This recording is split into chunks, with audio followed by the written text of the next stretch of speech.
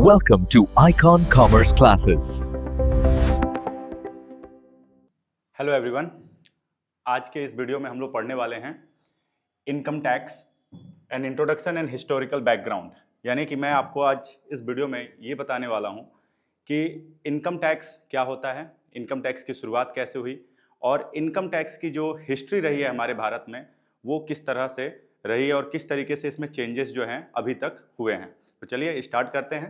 जैसा कि आप यहाँ देख पा रहे हैं, सबसे पहले हम लोग समझेंगे इनकम टैक्स का मतलब क्या होता है। बट इनकम टैक्स का मतलब समझने से पहले आपको दो तीन चीजें मैं बिल्कुल क्लियर कर दूं।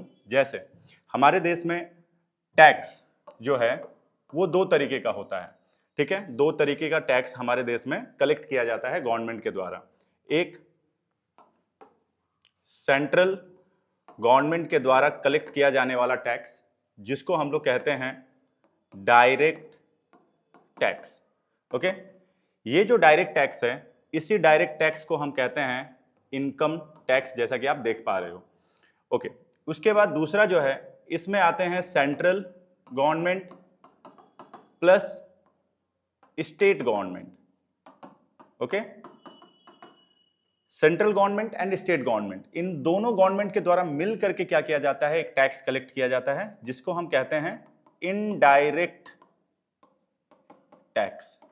इनडायरेक्ट टैक्स के अंदर आता है जीएसटी, जो कि आप लोगों ने सुना होगा, गुड्स एंड सर्विस टैक्स। हमारा आज का जो टॉपिक है वो है डायरेक्ट टैक्स। यानी कि डायरेक्ट टैक्स वो टैक्स होता है जो सेंट्रल गवर्नमेंट यानी कि केंद्र सरकार के द्वारा क्या किया जाता है, कलेक्ट किया जाता है। और जिस टॉपिक के बारे में आज हम पढ़ने वाले इनकम टैक्स, वो डायरेक्ट टैक्स का ही क्या है, पार्ट है। तो चलिए स्टार्ट करते हैं। अब देखिए, सबसे पहले इसका अर्थ क्या है, यानी इसका मीनिंग क्या है। तो देखिए, जैसा कि मैंने कहा, income tax is a direct tax. Income tax क्या है, इनकम टैक्स डायरेक्ट टैक्स है। एंड ये किसके द्वारा कलेक्ट किया जाता है या लगाया जाता है? लेवाइड का मतलब होता है चार्ज करना। किसके द्वारा कलेक्ट किया जाता है या लगाया जाता है? सेंट्रल गवर्नमेंट के द्वारा, जैसा कि मैंने आपको पहले ही बताया। अब ये जो इनकम टैक्स जो है, ये किसी भी देश के गवर्नमेंट के लिए, नॉट ओनली फॉर इंडिया, बल्कि इंडिया के अलावा किसी भी देश के गवर्नमेंट के लिए इनकम टैक्स जो होता है, ये इनकम का एक सबसे बड़ा सोर्स होता है। क्योंकि हर गवर्नमेंट को देश को चलाने के लिए या देश के इकोनॉमी को चलाने के लिए क्या होती है जरूरत, इनकम की जरूरत होती है, फंड की जरूरत होती है। तो सरकार भी फंड कहां से कलेक्ट करेगी? तो फंड कलेक्ट करने के जो सोर्सेस हैं, अलग अलग सोर्सेस, उसमें से एक सोर्स ये है जो लोगों के इनकम पर सेंट्रल गवर्नमेंट के द्वारा क्या किया जाता है, कलेक्ट किया जाता है। ठीक है।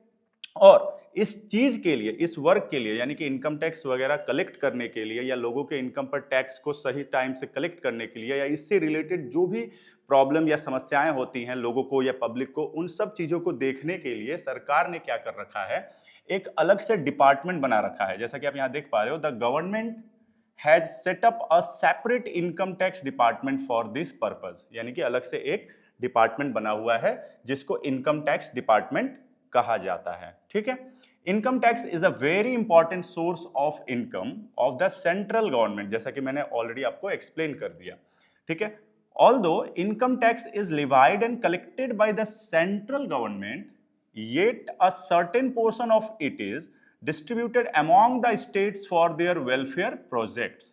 यानी इस लाइन का मतलब ये है कि भले ही central government income tax collect करती है, लेकिन स्टेट गवर्नमेंट को जब भी अपने स्टेट में कुछ वेलफेयर रिलेटेड कोई वर्क करना होता है, या स्टेट के अंदर किसी चीज का विकास करना होता है, या किसी राज्य का विकास करना होता है, जैसे हॉस्पिटल्स बनवाने हैं, स्कूल्स बनवाने हैं, यूनिवर्सिटीज वगैरह बनानी है, इंफ्रास्ट्रक्चर्स डेवलप करने हैं, और स्टेट गवर्नमेंट को अगर फंड की जरूरत पड़ती है, तो इस इनकम टैक्स वाले अमाउंट में से या फंड में से जो सेंट्रल गवर्नमेंट कलेक्ट करती है, वो स्टेट गवर्नमेंट को भी सेंट्रल गवर्नमेंट क्या करती है, प्रोवाइड करती है जरूरत पड़ने पर स्टेट गवर्नमेंट्स को। ठीक है, ये हो गया। इसके बाद देखिए, income tax department functions under the direct control and supervision of central board of direct taxes. इसको कहते हैं सीबीडीटी।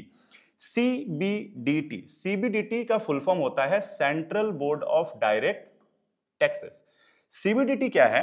एक्चुअली जो इनकम टैक्स जो डिपार्टमेंट है, ये डिपार्टमेंट कैसे वर्क करता है, इसका देखरेख करना, ये क्या वर्क करेगा, कैसे वर्क करेगा, क्या इसको करना है और क्या नहीं करना है, ये सारा डायरेक्शंस, ये सारा वर्क जो है कौन देखता है, सीबीडीटी यानी central board of direct taxes के द्वारा ये सारे डायरेक्शंस दिए जाते हैं किसे, इनकम टैक्स डिपार्टमेंट को, ठीक है। Okay, which is under the finance ministry of the government of India. अब ये जो सीबीडीटी है ये किसके अंतर्गत आता है, ये आता है भारत सरकार के यानी सेंट्रल गवर्नमेंट के मिनिस्ट्री ऑफ फाइनेंस के अंतर्गत आता है, ठीक है ना। तो ये सीबीडीटी जो है ये किसके अंतर्गत आता है, ये आता है गवर्नमेंट ऑफ इंडिया के फाइनेंस मिनिस्ट्री के अंतर्गत आता है, यानी वित्त मंत्रालय के अंतर्गत आता है, ठीक है। अब income tax is a tax on income. Income tax कौन सा टैक्स है, जैसा कि मैंने शुरू में ही आपको बताया कि इनकम टैक्स एक ऐसा टैक्स है जो लोगों के इनकम पर लगाया जाता है, income levied on the previous year total taxable income of an assessee. अब ये एसएससी क्या है, एसएससी यानी वो व्यक्ति जिस व्यक्ति के इनकम पर टैक्स चार्ज किया जाता है, यानी आप ये कह सकते हो कि एक ऐसा व्यक्ति जो इनकम कर रहा है भारत में और उस व्यक्ति के इनकम पर जब टैक्स लगाया जाता है तो उसी व्यक्ति को क्या कहा जाता है, एसएससी। यानी आसान भाषा में ये कह सकते हो जो भी व्यक्ति टैक्स पे कर रहा है या भर रहा है उसे हम एसएससी कहते हैं, यानी कि करदाता कहते हैं, ठीक है, हिंदी में करदाता कहते हैं उसी व्यक्ति को। अब ये जो इनकम टैक्स चार्ज किया जाता है, ये इनकम टैक्स जो है वो व्यक्ति के प्रीवियस ईयर के इनकम पे लगाया जाता है। प्रीवियस ईयर का मतलब होता है गत वर्ष। जैसे मान लीजिए हमारा जो फाइनेंशियल ईयर है वो शुरू होता है 1 अप्रैल को, फाइनेंशियल ईयर शुरू होता है 1 अप्रैल को, ठीक है, और खत्म कब होता है, नेक्स्ट ईयर के 31 ऑफ मार्च को। ये तो सबको पता है आप लोगों को, ठीक है। कैलेंडर ईयर की मैं बात नहीं कर रहा, कैलेंडर ईयर की शुरुआत होती है 1 जनवरी, खत्म होता है 31 दिसंबर को। लेकिन जो बिजनेस ईयर होता है, जो फाइनेंशियल ईयर होता है, उसकी शुरुआत 1 अप्रैल से होती है और 31 मार्च को खत्म होती है, ठीक है। इसी पर्टिकुलर डेट में, इसी पर्टिकुलर ईयर के लिए क्या बनता है, फाइनेंशियल स्टेटमेंट बनता है। अक्सर जो बिजनेसमैन होते हैं वो लोग बनाते हैं, है ना। तो जो 1 अप्रैल से लेकर के 31 मार्च तक जो आपने इनकम किया जिस ईयर में, वो आपका प्रीवियस ईयर है। जैसे मान लेते हैं कि अभी जो ईयर हमारा शुरू हुआ है वो 2026 है, लेकिन कैलेंडर ईयर के हिसाब से 2026 है। अभी भी ये हमारा क्या चल रहा है, असेसमेंट ईयर चल रहा है। असेसमेंट ईयर कौन सा चल रहा है, 2025 से 26, क्योंकि जब तक 31 मार्च आ नहीं जाता तब तक ये ईयर हमारा असेसमेंट ईयर माना जाएगा। तो यानी असेसमेंट ईयर से पहले वाला जो ईयर था, यानी 2024 और 2025, यानी कि 2024 के 1 अप्रैल से लेकर के ये जो 2025 के 31 मार्च तक जो आपने इनकम किया है, मतलब इस 1 साल में जो आपने इनकम किया है, इसी को प्रीवियस ईयर कहा जाता है।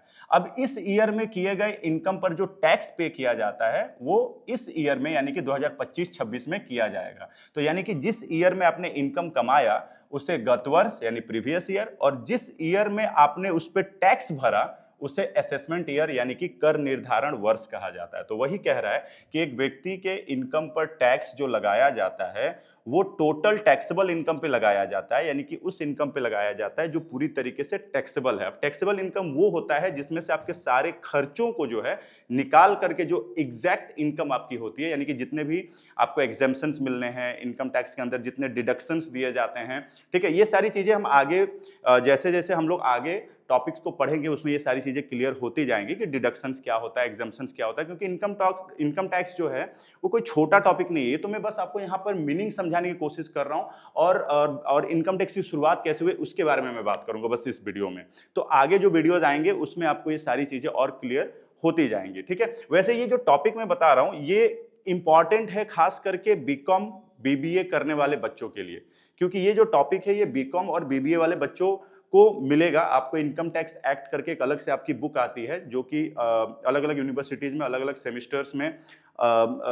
सेमिस्टर्स में ये चीजें लगाई जाती हैं या ये एक सब्जेक्ट आपको मिलेगा। तो उसमें उन बच्चों के लिए बहुत ज्यादा इंपॉर्टेंट है ये चीज, ठीक है। और ये हमारे डेली लाइफ में भी ये चीज यूज होती है, क्योंकि हम लोग क्या है कि कई तरह से इनकम कर रहे होते हैं और उस इनकम पे हम गवर्नमेंट को टैक्स हमें पे करना पड़ता है, बट हमें आइडिया ही नहीं होता कि हम कितने इनकम पर गवर्नमेंट को टैक्स दें। तो उसके लिए ये चीजें समझनी बहुत जरूरी है और ये पूरा बेसिक कॉन्सेप्ट मैं आपको बताने की कोशिश कर रहा हूं, तो ध्यान से देखिए इस चीज को, ठीक है। तो आई थिंक ये समझ में आ चुका होगा। अब जो टैक्स लगाया जाता है वो बेसिकली अब किस तरीके से लगाया जाता है, मतलब क्या उसका कोई तो ऐसा होगा कि सरकार, ऐसा तो नहीं है कि आपने इनकम किया और सरकार आपसे कहती है कि नहीं भाई आपने इनकम किया, अब लाओ अब टैक्स लेकर के आओ। तो टैक्स देने के कुछ रूल्स होते हैं। अब रूल्स में एक सबसे इंपॉर्टेंट चीज जो होता है वो होता है रेट। रेट यानी दर, यानी कि आप जो इनकम कर रहे हो उस इनकम पर किस दर से यानी कि किस रेट से सरकार आपसे टैक्स लेगी। तो उसके लिए बना हुआ है स्लैब। क्या बना है? स्लैब। स्लैब यानी होता है खंड।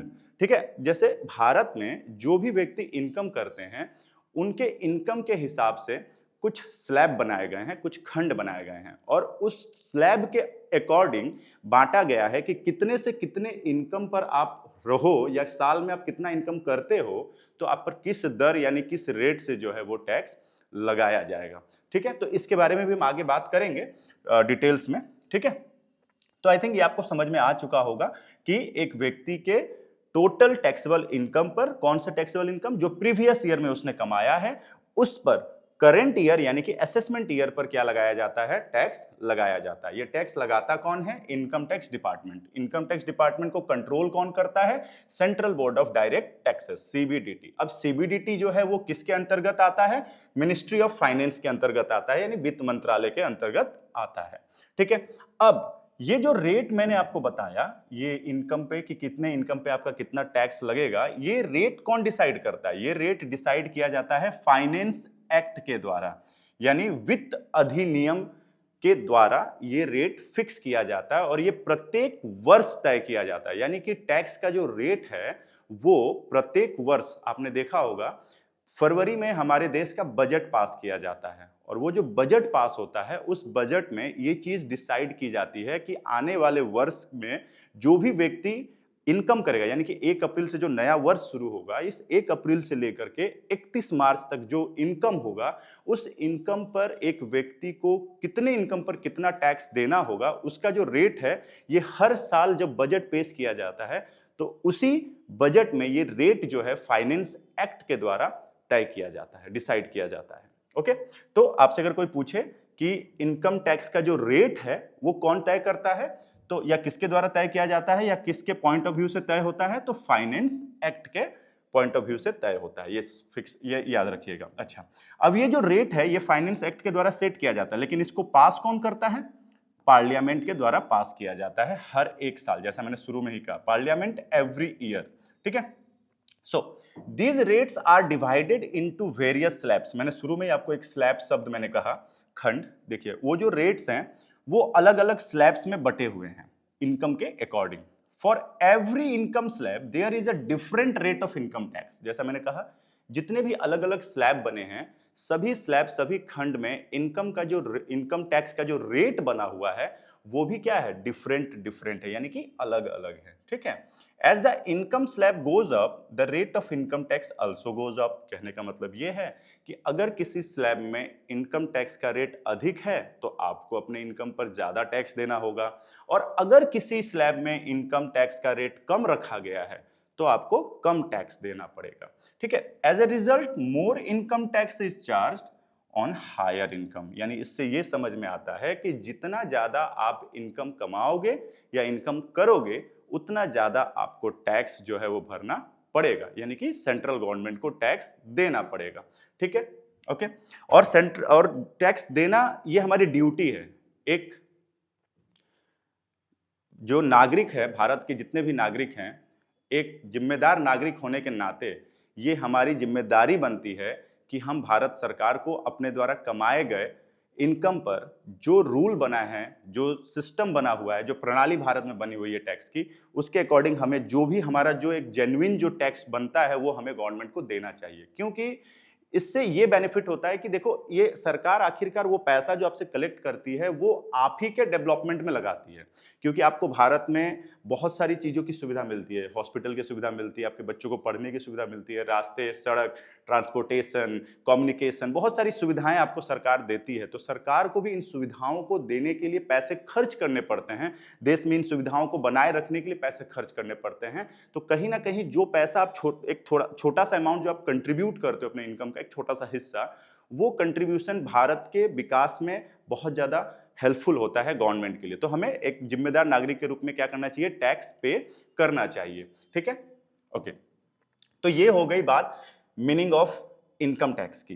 ठीक है, अब मैं फटाफट आप लोगों को लेट ना करते हुए मैं फटाफट आप लोगों को हिस्ट्री ऑफ इनकम टैक्स थोड़ा सा बता देता हूं कि इनकम टैक्स की शुरुआत आखिरकार कैसे हुई और भारत में इनकम टैक्स पहली बार कब लगाया गया। फटाफट मैं बताने की कोशिश करता हूं। देखिए, जैसा कि आप देख पा रहे हो, हिस्टोरिकल बैकग्राउंड, सॉरी, देखिए, हाँ, हिस्टोरिकल बैकग्राउंड, यहां आप देखेंगे कि भारत में इनकम टैक्स यानी कि टैक्स की शुरुआत पहली बार कैसे हुई। तो 1857 में हमारे भारत में पहली बार फर्स्ट वॉर ऑफ इंडिपेंडेंस हुआ, यानी कि आप कह सकते हो आजादी को लेकर के पहली लड़ाई जो लड़ी गई भारत में, भारत को आजाद कराने के लिए, वो लड़ी गई थी 1857 में हमारे देश के सभी क्रांतिकारियों के द्वारा। ठीक है, उस समय आपको एक स्टोरी आप बहुत आपने सुना भी होगा, हमारे जो शहीद मंगल पांडे जी जो थे, इन्होंने पहली लड़ाई जो थी हमारे देश को आजाद कराने को लेकर के, वो थी 1857 में, जो कि लड़े थे वो ब्रिटिश गवर्नमेंट के खिलाफ। ठीक है, अब ये 1857 की जो लड़ाई थी ये बहुत ही फेमस है, आप हिस्ट्री वगैरह पढ़ोगे तो इसमें आपको पढ़ने को मिलेगा। उसी दौरान ये एक स्टोरी है, आपको शायद पता हो कि उस समय जो ब्रिटिश गवर्नमेंट थी, तो ब्रिटिश गवर्नमेंट के अंदर जो हमारे जो भारत की जो डिफेंस सिस्टम थी वो ब्रिटिश गवर्नमेंट के कंट्रोल में थी। तो वहाँ उसमें एक कहीं ना कहीं आप कह सकते हो कि सेना, जो भारत में जो सेना जो थी उस समय ब्रिटिश गवर्नमेंट के कंट्रोल में, उसमें हमारे जो शहीद मंगल पांडे जी जो है वो भी उसमें एक सैनिक थे। और उस समय क्या होता था कि जो बंदूकें यूज की जाती थी उसमें जो बुलेट या कारतूस आप कह सकते हो जो यूज होता था वो जानवरों के चर्बी से बना हुआ होता था। और चूंकि हमारे शहीद मंगल पांडे जी ब्राह्मण समाज से बिलोंग करते थे, तो ब्राह्मण लोगों के लिए ये चर्बी या मांस जैसी चीजें जो होती हैं वो सही नहीं होती हैं, आपको ही पता है। तो कहीं ना कहीं जब उनको ये पता चला कि ब्रिटिश गवर्नमेंट जो है इस तरह की चीजें यूज कर रही है, और क्योंकि इसलिए वो था क्योंकि उस समय कारतूस जो है जो बंदूक में डाला जाता था वो मुंह से खींच करके उसकी एक ऊपर वो होती थी, उसको खींचा जाता था और देन उसको बंदूक के अंदर डाला जाता था और चलाया जाता था। तो उनका यही कहना था कि अगर हम बंदूक यूज करेंगे तो हमें ऐसी बुलेट दी जाए जिसको हमें मुंह से लगाना ना हो, या मतलब हमें डायरेक्टली उसमें फिट करना हो और फायर करना हो। बट इसको लेकर के बातें बढ़ी, धीरे धीरे बहुत सारी चीजें आई सामने, एंड देन इसी को लेकर के बगावत शुरू हुआ ब्रिटिश गवर्नमेंट और भारत के हमारे जो भी हमारे आप कह सकते हो कि आजादी में जिनका एक योगदान रहा है शहीद मंगल पांडे जी का, इन लोगों के बीच बातें बढ़ती गई और इसी तरीके से एक कहीं ना कहीं क्रांतिकारी युद्ध जो है कहीं ना कहीं कह सकते हो आप शुरू हुआ।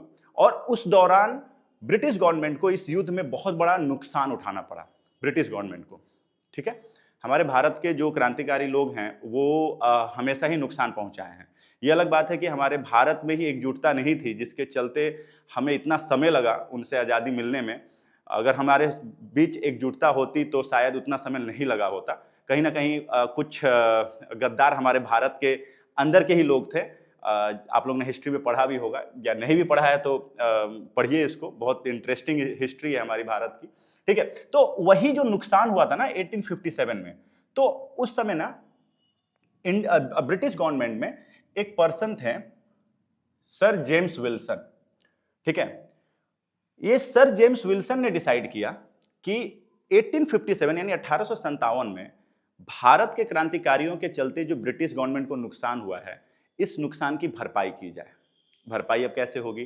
तो भरपाई भारत के लोगों से ही करवाई जाए। अब इसके लिए किया क्या जाए? तो भारत के लोगों से कैसे भरपाई की गई? भारत के लोगों के ऊपर एक अर्थदंड यानी कि पेनल्टी लगाई गई। पेनल्टी ये था कि जितने भी भारत के नागरिक हैं या भारत के लोग हैं, जो लोग इनकम कमा रहे हैं, चाहे वो किसी भी तरीके से कमाए, चाहे खेती करके कमा रहे हो, चाहे सैलरी मिल रही हो, चाहे वो अपना मकान किराए पे दिए हो, या किसी भी तरीके से अगर इनकम कर रहे हैं, तो उन्हें अपने इनकम का एक बड़ा हिस्सा जो है ब्रिटिश गवर्नमेंट को क्या करना होगा? देना होगा। ये कंपलसरी कर दिया गया। और चूंकि भारत ब्रिटिश के कंट्रोल में था तो भारत के लोग कुछ कर भी नहीं सकते थे। ब्रिटिश गवर्नमेंट खुद रूल एंड रेगुलेशन सेट करती थी, सारे नियम वही बनाती थी। तो इस तरीके से 1860 में, यानी कि 3 साल के बाद 1860 में इस तरीके से पहली बार भारत में टैक्स जो है पहली बार लगाया गया। किसके द्वारा लगाया गया? सर जेम्स विल्सन के द्वारा लगाया गया। लगाने के पीछे का कारण मैंने आपको बता दिया कि क्या था। मतलब एक तरह से टैक्स जो है हमसे वसूला जा रहा था अर्थदंड यानी पेनल्टी के रूप में, ठीक है। लेकिन आज वही टैक्स सिस्टम उस समय जो शुरू हुआ, आज भारत के विकास के लिए वसूला जाता है, भारत को डेवलप बनाने के लिए, भारत को एक डेवलपिंग नेशन बनाने के लिए वसूला जाता है हमसे। लेकिन उस समय हमसे पेनल्टी के रूप में, अर्थदंड के रूप में वसूला जाता था, ठीक है। तो इस तरीके से ये चीजें शुरू हुई एंड फिर तो आप कह सकते हो कि 1860, ठीक है, मतलब आज से बहुत साल पहले। और हमारे भारत का जो अपना इंडिपेंडेंट टैक्स एक्ट आया वो कब आया? 1961 में, यानी कि लगभग 100 साल के बाद भारत का खुद का इंडिपेंडेंट इनकम टैक्स एक्ट आया। उसके बीच में कई सारे बदलाव भी हुए, बहुत सारे चेंजेस हुए। जैसे कि एक सबसे बड़ा बदलाव था 1886, यानी 1860 में पहली बार लगा, उसके बाद उसमें बहुत सारे बदलाव होते गए और 1886 में यानी 1886 में एक नया एक्ट, नया इनकम टैक्स एक्ट बना। और उसमें एक सबसे बड़ा बदलाव ये रहा कि जो एग्रीकल्चर से जो टैक्स वसूल किया जाता था, जो 1860 वाला जो नियम था, उसमें एग्रीकल्चर यानी कि खेती करने वाले लोग भी टैक्स पे करते थे। लेकिन आपको पता ही है कि भारत में जो एग्रीकल्चर है, आपको पता है कि पूरी तरीके से लोग जो है वो मौसम पर निर्भर रहते हैं, क्लाइमेट्स पर निर्भर रहते हैं। मॉडर्न उतनी टेक्निक्स नहीं थी, तो किसानों को बहुत दिक्कत होती थी अपने द्वारा खेती, बहुत मेहनत करके वो लोग खेती करते थे। फिर उसका अनाज जो है, जो भी अनाज आता था अपने खाने भर का भी नहीं होता था, लेकिन बट उसके बावजूद भी उनको क्या करना पड़ता था? ब्रिटिश गवर्नमेंट को लगान के रूप में देना पड़ता था। तो कहीं ना कहीं एक जो ये समस्या आ रही थी, इस समस्या को भारत के लोगों ने लगभग 25-26 साल तक झेला। एंड देन उसके बाद 1886 में कुछ प्रेशर बना ब्रिटिश गवर्नमेंट के ऊपर। देन ब्रिटिश गवर्नमेंट ने ये डिसाइड किया कि ठीक है, जो खेती करने वाले किसान जो है, ये किसानों से हम टैक्स जो है नहीं लेंगे। इसके अलावा बाकी जितने भी लोग हैं, अलग अलग तरीके से जो लोग इनकम कर रहे हैं, उनको क्या करना होगा? टैक्स देना होगा। तो इस तरीके से 1886 में एक बहुत बड़ा बदलाव आया इनकम टैक्स एक्ट में। इसके बाद धीरे धीरे और भी बदलाव आए, फिर 1916, 1917, फिर 1922 में फाइनली एक ऐसा एक्ट बना इनकम टैक्स का, जो कि जिसमें इन्वॉल्वमेंट भारत सरकार का आया। यानी कि भारत के गवर्नमेंट यानी कि इंडियन गवर्नमेंट का इन्वॉल्वमेंट जो आया वो कब से आया? 1922 से। आजादी हमें 1947 में मिली। हमारा भारत का खुद का इंडिपेंडेंट इनकम टैक्स एक्ट 1960 में पास हुआ, 1961 से लागू हुआ। लेकिन कहने का मतलब यह है कि भारत सरकार का इन्वॉल्वमेंट जो आया, या भारत के विकास को लेकर के टैक्स की जो कॉन्सेप्ट थी, वो कब बनी? 1922 वाले जो चेंजेस हुए थे उसमें बहुत बड़ा ये रोल रहा है, ठीक है। तो ये इस तरीके से मैंने आपको थोड़ा बहुत बताया। मैंने पूरा अभी हिस्ट्री आपको नहीं बताया, क्योंकि पूरा हिस्ट्री में अगर बताने जाऊंगा तो काफी लंबा चौड़ा हो जाएगा ये वीडियो, और मैं नहीं चाहता कि बहुत लंबा हो। मैंने आपको स्टार्टिंग कुछ चीजें बताई हैं, कुछ इंपॉर्टेंट डेट्स मैंने बता दिए, कुछ इंपॉर्टेंट नाम मैंने आपको बताया, जैसे सर जेम्स विल्सन है। कुछ इंपॉर्टेंट ईयर्स मैंने आपको बताया कि क्या बड़ा चेंजेस हुआ। हाँ, एक लास्ट पॉइंट मैं आपको जरूर बता दूं इसमें कि ये जो एग्रीकल्चर टैक्स जो हटाया गया 1886 में, ये एग्रीकल्चर टैक्स आज तक नहीं लगाया गया। भारत में खेती से होने वाले इनकम पे आज भी टैक्स नहीं लगता। 1886 में ये हटा था और अभी तक इस पर टैक्स नहीं लगाया गया।